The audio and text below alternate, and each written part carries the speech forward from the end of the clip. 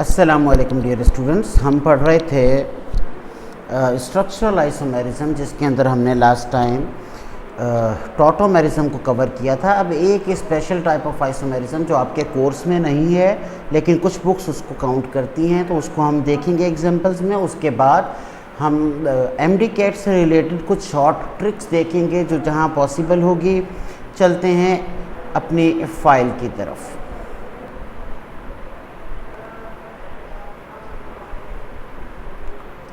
जी, ये हमारे पास है रिंग चैन आइसोमेरिज्म। लफ्ज़ समझिएगा, रिंग चैन आइसोमेरिज्म।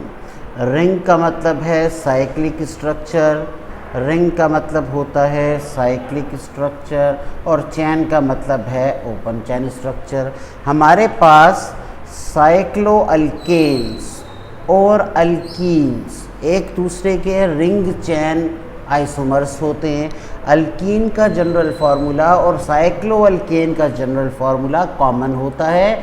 जैसे हमारे पास है C6H12। C6H12 हेक्सीन का फार्मूला भी है और साइक्लोहेक्सेन का फार्मूला भी है। इसे हम कहते हैं रिंग चैन आइसोमेरिज्म। इसका हमारे पास एक और चैन आइसोमेरिज्म बन जाता है, दैट इज़ मिथाइल साइक्लोपेंटेन। हमने 5 कार्बन्स को रिंग में ले लिया और एक मिथाइल को बाहर की तरफ लगा दिया। इसका जनरल फार्मूला भी C6H12 मॉलिक्यूलर फार्मूला होता है। इसकी ले लेंगे स्क्रीनशॉट। ये कौन सा नाम है इसका आइसोमेरिज्म का? It is ring chain isomerism. जल्दी से इसको नोट कर लेंगे। हम चलेंगे अपनी नेक्स्ट स्लाइड की तरफ, लेकिन उससे पहले इसको इरेज कर दें ताकि ये हमें डिस्टर्ब ना करे। बोर्ड साफ़ करना बहुत ज़रूरी होता है, अच्छी बात है बोर्ड को साफ़ सुथरा रखना, जो कि मैं नहीं रखता लेकिन यहाँ पर रखना पड़ता है। गुड, हो गया। चलेंगे अपनी नेक्स्ट स्लाइड की तरफ। एक और एग्जांपल है हमारे पास रिंग चैन की, and that is propene and cyclopropane, C3H6। Propene का फॉर्मूला भी है और साइक्लोप्रोपीन का फार्मूला भी है। अगर ओपन चैन के अंदर लिखेंगे तो इट इज़ अल्कीन, जिसका फार्मूला है आपके पास C3H6। जबकि आप इसको साइक्लिक स्ट्रक्चर में लिखेंगे तो इट विल बिकम साइक्लोप्रोपेन। एक CH2 ग्रुप यहाँ पर है, एक CH2 ग्रुप यहाँ पर है और एक CH2 ग्रुप यहाँ पर है। इसके अंदर भी कौन सा आइसोमेरिज्म पाया जा रहा है? रिंग चैन आइसोमेरिज्म पाया जा रहा है। अब हम चलेंगे कुछ स्पेशल पॉइंट्स की तरफ जो MD-CAT के लिए स्पेशली लाजमी होते हैं, और हम इसको इरेज कर दें ताकि अपनी डेटाबेस फाइल की तरफ मूव करें और वहाँ पर दुश्वारी ना हो।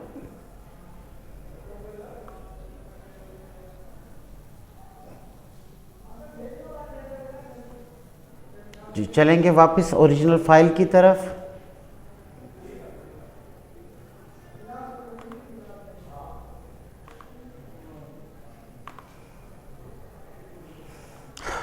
जी, ये टॉटोमेरिज्म था जिसे हमने लास्ट टाइम कवर किया था। नेक्स्ट स्लाइड हमारे पास है स्ट्रक्चरल आइसोमेरिज्म की समरी। हमने स्ट्रक्चरल आइसोमेरिज्म में जो जो चीज़ें पढ़ी हैं, यानी 5 कॉमन टाइप के फंडामेंटल टाइप के स्ट्रक्चरल आइसोमर्स पढ़े हैं, उनकी कुछ चीज़ों को सम अप करके लिख दिया गया है ताकि आपको याद रखने में आसानी हो। सबसे पहले चैन आइसोमेरिज्म। इसके अंदर कार्बन स्केलेटन या ब्रांचिंग का डिफरेंस होगा। इनके अंदर फंक्शनल ग्रुप सेम रहेगा, जिसकी एग्जांपल आपके पास पेंटेन और न्यू पेंटेन है। पोजीशन आइसोमेरिज्म, इसके अंदर लोकेशन डबल बॉन्ड की या फंक्शनल ग्रुप की क्या हो जाएगी? चेंज हो जाएगी। फंक्शनल ग्रुप भी इसमें सेम रहेगा, जैसे 1 ब्यूटेनोल और 2 ब्यूटेनोल। फंक्शनल ग्रुप आइसोमेरिज्म है, इसके अंदर फंक्शनल ग्रुप डिफरेंट हो जाएगा। फंक्शनल ग्रुप डिफरेंट होने की वजह से केमिकल प्रॉपर्टीज डिफरेंट हो जाएंगी। For example ethanol and dimethyl ether. Next हमारे पास मेटामेरिज्म है, जिसमें अल्काइल डिस्ट्रीब्यूशन सेम होती है, अल्काइल डिस्ट्रीब्यूशन डिफरेंट होती है, जबकि पॉलीवैलेंट ग्रुप सेम होता है, फंक्शनल ग्रुप सेम होता है। जिसकी एग्जांपल है हमारे पास डाईइथाइल ईथर या फिर मिथाइल प्रोपाइल ईथर। चलेंगे नेक्स्ट पे हमारे पास है टॉटोमेरिज्म। टॉटोमेरिज्म में प्रोटॉन और डबल बॉन्ड की माइग्रेशन होती है, इसे शिफ्टिंग ऑफ प्रोटॉन भी कहते हैं। याद रखेंगे टॉटोमेरिज्म को मॉलिक्यूलर रीअरेंजमेंट भी कहा जाता है। ये डायनामिक इक्विलिब्रियम होता है, दो आइसोमर एक दूसरे में स्पॉन्टेनियसली इंटर कन्वर्ट हो रहे होते हैं, जिन्हें हमने स्ट्रक्चर के जरिए भी समझा था। एग्जाम्पल हमने लिए यहाँ पर प्रोपेन और प्रॉप 1N2OL। ये एक अल्कीनोल है जबकि ये कीटोन है, इसके अंदर पाया जा रहा है क्या, टॉटोमेरिज्म। चलेंगे अपनी नेक्स्ट स्लाइड की तरफ, इसका स्क्रीनशॉट ले लेंगे प्लीज़ जल्दी से, वरना इनकी PDF तो मैं आपको वैसे ही प्रोवाइड कर दूंगा ताकि आप याद रख सकें। नेक्स्ट स्लाइड की तरफ चलते हैं जी। ये कुछ फॉर्मूले और शॉर्टकट्स हैं, कुछ चीज़ें आपको याद रखनी है for your entrance test and MCQs। बच्चे देखिए, असल तरीक़ाकार आइसोमर ढूंढने का सिर्फ एक होता है, ड्रॉ करके देखना जितने पॉसिबल हो, लेकिन इतना ना टाइम होता है हमारे पास और ना ही पॉसिबल हो पाता है इतने आइसोमर्स को एक टाइम पर ड्रॉ कर पाना। तो हमने क्या किया, अल्केन के अंदर कहीं कहीं कुछ फार्मूलाज लग जाते हैं, उसको हमने अप्लाई करके देखा है। एक जनरल फार्मूला बनाया हुआ है अल्केन के लिए, याद रखेंगे ये सिर्फ अल्केन का शॉर्टकट फार्मूला है and it is shortcut formula, यानी ये सब अल्केन्स पे पूरा नहीं आएगा, ये पूरा आएगा C1 से C7 तक, यानी मीथेन से हेप्टेन तक के आइसोमर्स की तादाद आप इससे मालूम कर सकते हैं। Formula is 2 power n-4 + 1, 2 power n-4 + 1, जबकि n क्या है आपके पास, नंबर ऑफ कार्बन एटम्स। इसको हम अप्लाई करके देखते हैं। ब्यूटेन C4 है तो 2 पावर 4-4 + 1 = 2। दो आइसोमर होते हैं ब्यूटेन के और आपने पढ़ा भी है, N ब्यूटेन और आइसोब्यूटेन। पेंटेन पे अप्लाई करते हैं 2 पावर 5-4 + 1 = 3। पेंटेन के 3 आइसोमर्स आपने पढ़े हैं, normal pentane, isopentane and new pentane. Hexane पे अप्लाई करते हैं 2 पावर 6-4 + 1 इट बिकम्स = 5 और हमें पता है हेक्सेन के 5 आइसोमर्स होते हैं।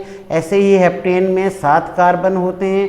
फॉर्मूला के मुताबिक 2 पावर 7-4 + 1 बिकम्स = 9, यानी हेप्टेन के टोटल 9 चैन आइसोमर्स पॉसिबल हैं।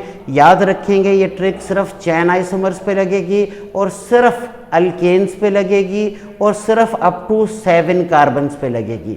7 से ज़्यादा कार्बन पे ये ट्रिक लगाएंगे तो आपका आंसर गलत हो जाएगा, फिर बाद में मुझे कहेंगे कि सर ने कहा था ये आपके पास शॉर्ट ट्रिक के, लेकिन हम भूल गए थे, हमने इसको लगा लिया और आंसर गलत हो गया।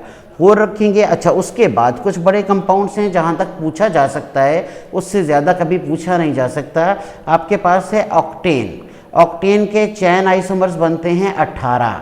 नॉनेन C9, इसके चैन आइसोमर्स बनते हैं 35। याद रखेंगे अल्केन्स हैं। इसी तरह डिकेन 10 कार्बन वाला, इसके चैन आइसोमर्स बनते हैं 75। जल्दी से इस पेज का स्क्रीनशॉट ले लेंगे ताकि इसको याद रखने में और अप्लाई करने में आसानी हो। हम चलेंगे नेक्स्ट स्लाइड की तरफ जी। ये कुछ इम्पॉर्टेंट पॉइंट्स हैं जो हमने यहाँ पर देखने हैं, बहुत काम की बात है।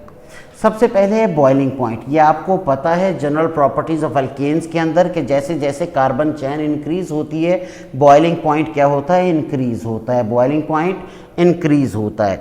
इसका रीज़न क्या होता है, कभी कभी पूछा जा सकता है। रीज़न बहुत सादा सा है, एज ब्रांचिंग इंक्रीजेस, जैसे जैसे ब्रांचेस इंक्रीज होंगी यानी चैन छोटी होती जाएगी, molecule becomes more spherical, molecule spherical हो जाएगा। और आपको मालूम है स्फेरिकल का सरफेस एरिया क्या होता है, मिनिमम होता है, रिड्यूस हो जाता है, जिसकी वजह से इंटरमॉलिक्यूलर फोर्सेस डिक्रीज हो जाती हैं।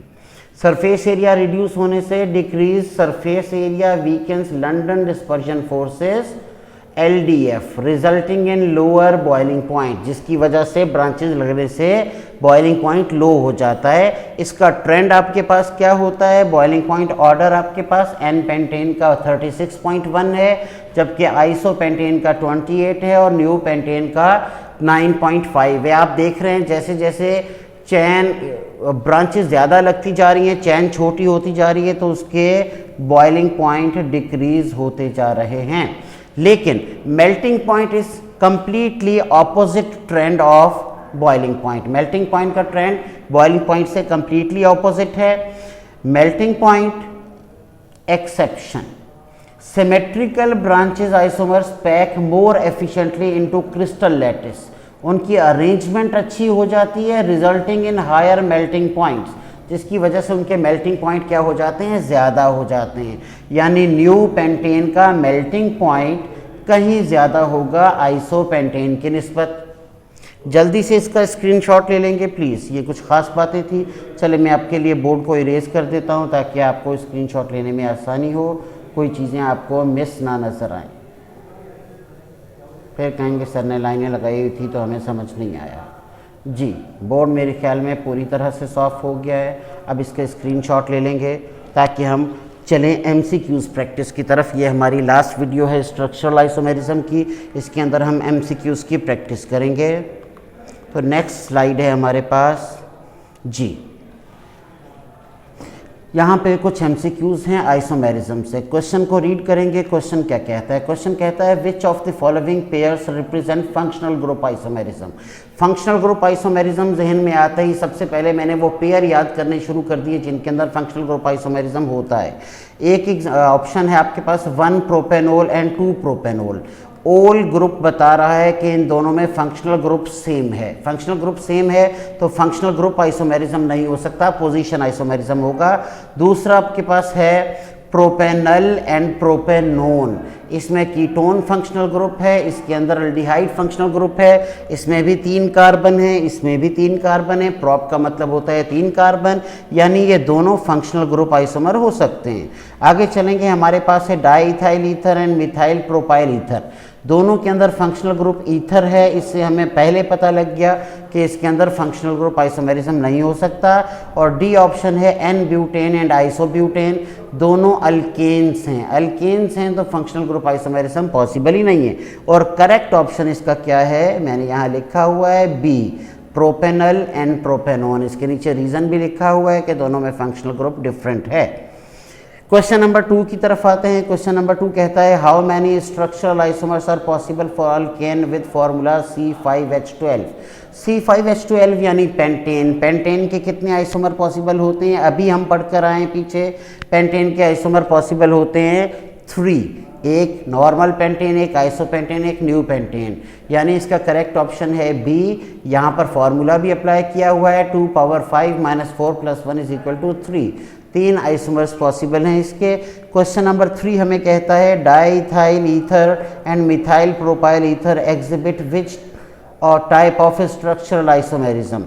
डाईमिथाइल ईथर है और डाईइथाइल ईथर है और मिथाइल प्रोपाइल ईथर है। अब गौर कीजिएगा, दोनों में ईथर फंक्शनल ग्रुप है, साइड पे अल्काइल रेडिकल्स डिफरेंट हैं। अल्काइल रेडिकल्स डिफरेंट हैं, अल्काइल रेडिकल डिफरेंस होना मतलब मेटामेरिज्म है। मेटामेरिज्म है, इसका करेक्ट ऑप्शन है सी, मेटामेरिज्म। इस तरह के MCQs बनते हैं कहाँ से? आइसोमेरिज्म से। बराए मेहरबानी इनकी प्रैक्टिस कीजिएगा, इन वीडियोस को अच्छे से देखिएगा। It is the last video of structural isomerism. इसके बाद हम स्टार्ट करेंगे स्टीरियो आइसोमेरिज्म, लेकिन उससे पहले इसकी प्रैक्टिस शीट और इसका टेस्ट मैं आप लोगों से लूँगा। अपना ख्याल रखिएगा, अपना कीमती वक्त देने का शुक्रिया। अल्लाह आपका हामी व नासिर। खुश रहें, जीते रहें।